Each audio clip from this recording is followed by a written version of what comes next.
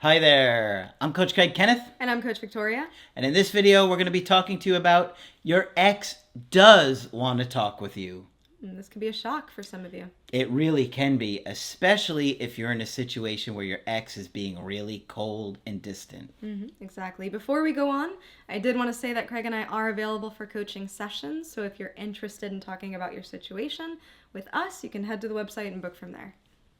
Absolutely. So, if you're in a situation where someone's broken up with you or they were distant and cold, it can be really hard and overwhelming. You can get so overwhelmed with anxiety and sadness and guilt and depression, and it makes it hard to really think straight. We can start to get to a point where we think that person didn't care about us, that they never cared about us, they didn't love us, and we start to question and doubt everything. And so when I say that your ex does want to talk to you, I'm sure you're like, nope, my ex doesn't want to talk to me. You just feel so rejected during the breakup. But I want to explain something, okay? There are parts of us that we struggle with. Some of you struggle with black and white thinking, and that is probably because of your experiences with your caregivers in your childhood. That's what it tends to correlate with. But life tends to be very gray with people, right? And many different things can exist at the same time. Many different emotions can exist at the same time. Exactly. And so your ex may not literally want to be picking up the phone to talk to you, but it doesn't mean that they're not thinking about you all day or thinking about you late at night or looking at your social media and having that desire to feel that connection with you again, because they do. We talk to a lot of dumpers that feel like that. Now, before we go on, I have to state, I don't want you to break no contact because it doesn't work well when the dumpee reaches out. We want them to reach out to you. We want them to get to the point where they make a bid to connect, even if it's something small like an indirect direct approach, like I miss the cat, right? Which we talk about all the time. But we don't want you to reach out to them because you're thinking, oh, Coach Craig said they want to talk to me. No, there are parts of them in their conscious and their unconscious that make them want to connect with you. Right? And the point of this video really is to steer you away from that black and white type of thinking. A lot of times after a breakup, we feel rejected and we can start to get angry at our ex. We come up with our own conclusions. Oh, they don't want to talk to me. They threw me away like trash. Sometimes we start going to extremes because we're protective of ourselves. Yep. You know, Margaret used to harp on that anger and how important that anger is as part of the process. But if we stay stuck in that, we're not really seeing the reality of the situation. And a lot of times, if you are trying to repair something with your ex, it does not prepare you to have that kind of attitude. Yep. So this is why we are explaining this today, that there are parts of your ex that also have longing. You know, if they were attached for any significant amount of time, this is completely normal and natural. Yep. So, but in the beginning, they don't usually feel like that, especially because if you've been begging and pleading and trying to get them to change their mind, their guard is very high. It's like the ice wall in Game of Thrones. I know you've probably never seen that, Nope. but I did a Neo joke in one of the videos recently, and you looked at me, or I guess you looked like, what? And then I was like, oh, you probably didn't know what movie that, or what, The Matrix? Have Matrix. You've seen The Matrix? I've seen like pieces and parts. The thing is, I fall asleep throughout many movies, so you know what? If you would never make it through a Marvel movie. These things feel like, you know, memories to me. They feel like kind of dreams to me that I once had when I was in Matrix. Or I think nightmares I had for you. A dream like that. You fell asleep during Guardians of the Galaxy, right? Yeah, I did. I did. The first one, which was really good, by the way. But that's like a distant dream to me now. It's a good distant dream. But do you remember what The Matrix was even about? Something about like no. blocking bullets or something in a Okay. different reality? Okay. Anyways. So that explains why you looked at me funny. People put a comment, they're like, Coach Victoria, and I was like, I bet she didn't see that movie, now that I think about it. What were you saying about the other medieval series? What? Oh, Game of Thrones. Yeah, see what happens there? Yeah, there was a big giant ice wall to keep all these I see. evil kind of zombie ice monster characters out. Right. So your ex might be wanting to talk to you, but they have a lot of guards up, is what Craig was trying to say with this, Ice wall. this ice wall. They have a lot of They know what I'm factors that talking about. If they've seen the show, they know what I'm talking about. They have a lot of factors that are blocking them. So we're going to talk about some of these factors.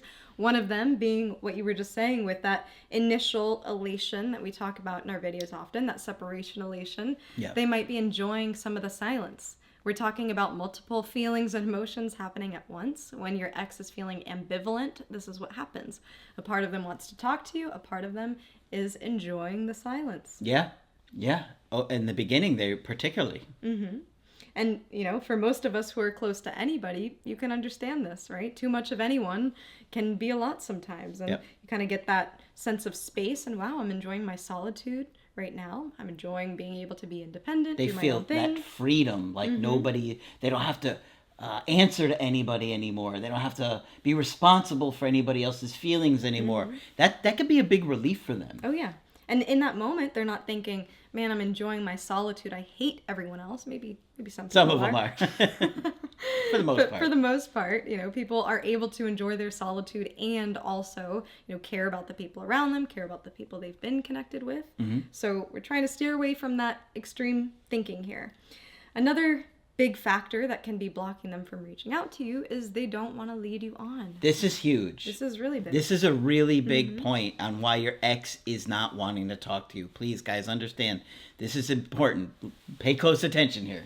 Right. And so as we're talking about this ambivalence, they might not be fully into repairing this relationship. If they're in the breakup, if they're not reaching out to you, they probably aren't. They're in that in-between space.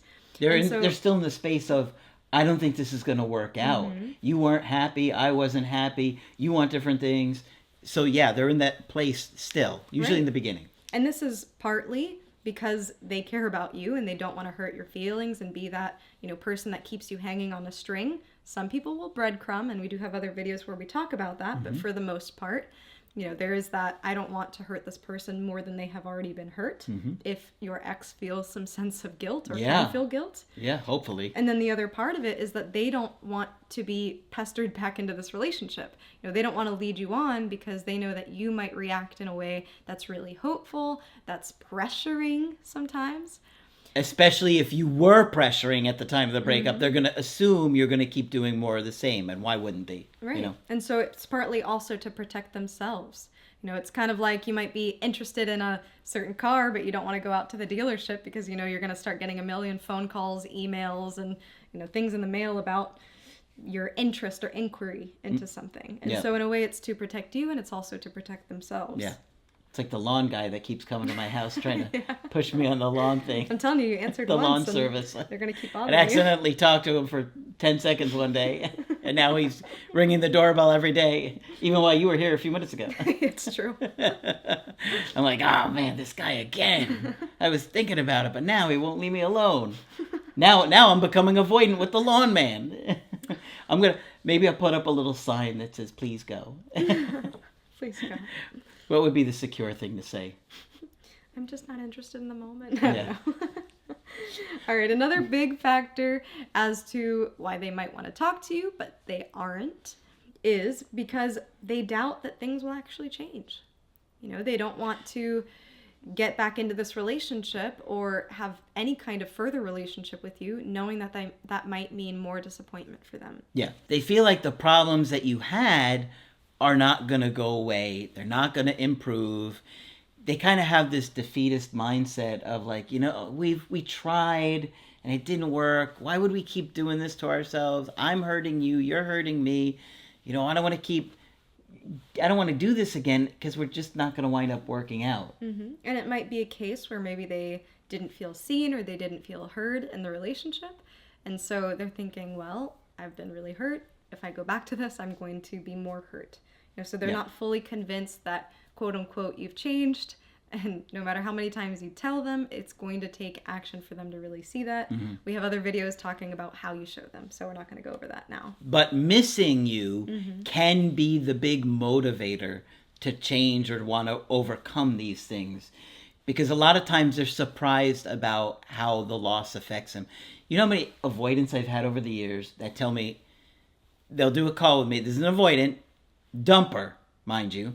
They'll say, I was fine for about 5 months, and then one day I woke up with all this anxiety. I checked their social media, and they became obsessed like the person that has just been broken up with. And if they sense any kind of rejection from the dumpee, they kind of spiral out of control. And they're shocked by it. Yeah. They're like, I can't believe I was so kind of apathetic in the beginning of this process. Right. And a lot of times they do feel guilt and shame for that. They say, I can't believe I didn't care. I can't believe that I didn't take this person's concerns seriously, whatever it might be. Like we just did that filming with the video with the guy that helped write the dating profile. Yeah. Remember that? I mean, you're going as far as to helping write someone else's dating profile, thinking you're not going to want to be with them. And then they're devastated, like, oh my gosh, I caused all my own pain. Right, right. And so it does take time. This is a situation that isn't going to be, a flip of a switch. And these things take time. And so at this point, given some time, given their space, allowing them to be and sit in their ambivalence, your absence will start to grow in their life. They're going to feel that a lot more. They're going to feel a lot more of those consequences. And it's going to be difficult for them to not talk to you over a long period of time. You're somebody that they were attached to. The two of you probably had a routine in talking, and that can be really difficult to break. But it's hard to be attached to someone and not know what they're doing, not know how their day was, etc. So our point here is to say that there can be moments where your ex does miss you. There can be moments of longing. There are moments where your ex is perfectly fine and content being single and excited and happy about that. Part of our job as somebody who has been dumped, somebody who feels rejected, is to take care of ourselves and to be able to accept our ex's decision. Absolutely. And, all those things that your ex goes through, you were just talking about all the feelings they go through. A big reason why you don't want to reach out is if you reach out when they're feeling maybe certain about their decision, or one of those days where they're thinking about dating other people, or they decide they want to be single and stay single, that's when it can make things worse. That's why when you allow them to reach out to you, it's a lot more likely to turn around. Exactly. And they're going through a lot of different feelings, excitement. Sometimes, man, I'm single for the first time in years. Wow, this is exciting. Sometimes they party for a while. They don't even act like themselves. They're like hanging out with people they would never hang out with, doing things they would never do. And you're like, who is this person? Well, guess what? They don't even know who this person is. They don't know who they are at this point. And sometimes it can go back to loneliness. Sometimes it can go to boredom. Sometimes it can go to grief. Sometimes it can go to anger. And so there's a whole slew of emotions that come from breakups. We're sure that you're going through your own set of emotions that are coming up. In this video, we really want to emphasize, if we haven't already, many emotions can exist at the same time. While it can be helpful to have some of that anger speak sometimes after the breakup, we want you to have more of a realistic and balanced view. And we also want you to be ready for when they do reach out. We want you to be in a place where you're open to hearing what they have to say, if that's something you want, if you're interested in repairing things. And one last thing. You should hear how many exes, when they finally do come back, if you are calm and don't put pressure on them, will start to tell you, I thought about you every day. I missed you every day. I wanted to talk to you. So we're telling you this, even though they look like the ice wall right now. They look like they're cold. They're never going to change their mind. If you stop putting pressure on them and you focus on yourself and leave things alone, allow them to process those different emotions, a lot of times they do come back. Now, every situation is different. And I have to say that because you're going to see comments from people on the channel that have extremely different situations for a lot of different reasons. And so be careful when taking their advice, okay? Because there's a lot of people that are watching that are hurting, and they might mislead you in the wrong direction. I've seen some comments recently that I thought I better bring that up. So always keep in mind that, we've spent a long time trying to understand this stuff. We've been in lots of therapy ourselves to get to a great place, to help you guys get to a great place too. Exactly. Okay? So I know your ex doesn't look like they do care about you, or they do think about you, or they do want to talk to you, but in many cases they do. Trust the process. I'm not telling you to put your life on hold and forever. That's why we always say, do the work to get to a great place for either them to come back or for you to move forward. Right. And think about your response if you were to hear from them.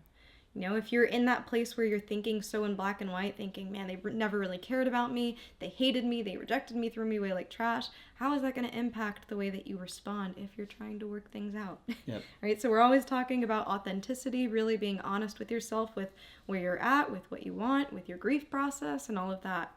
And so our ideal is for you to be able to respond in a mature way, in a warm way, in a receptive way, depending on your situation. Yep. Right?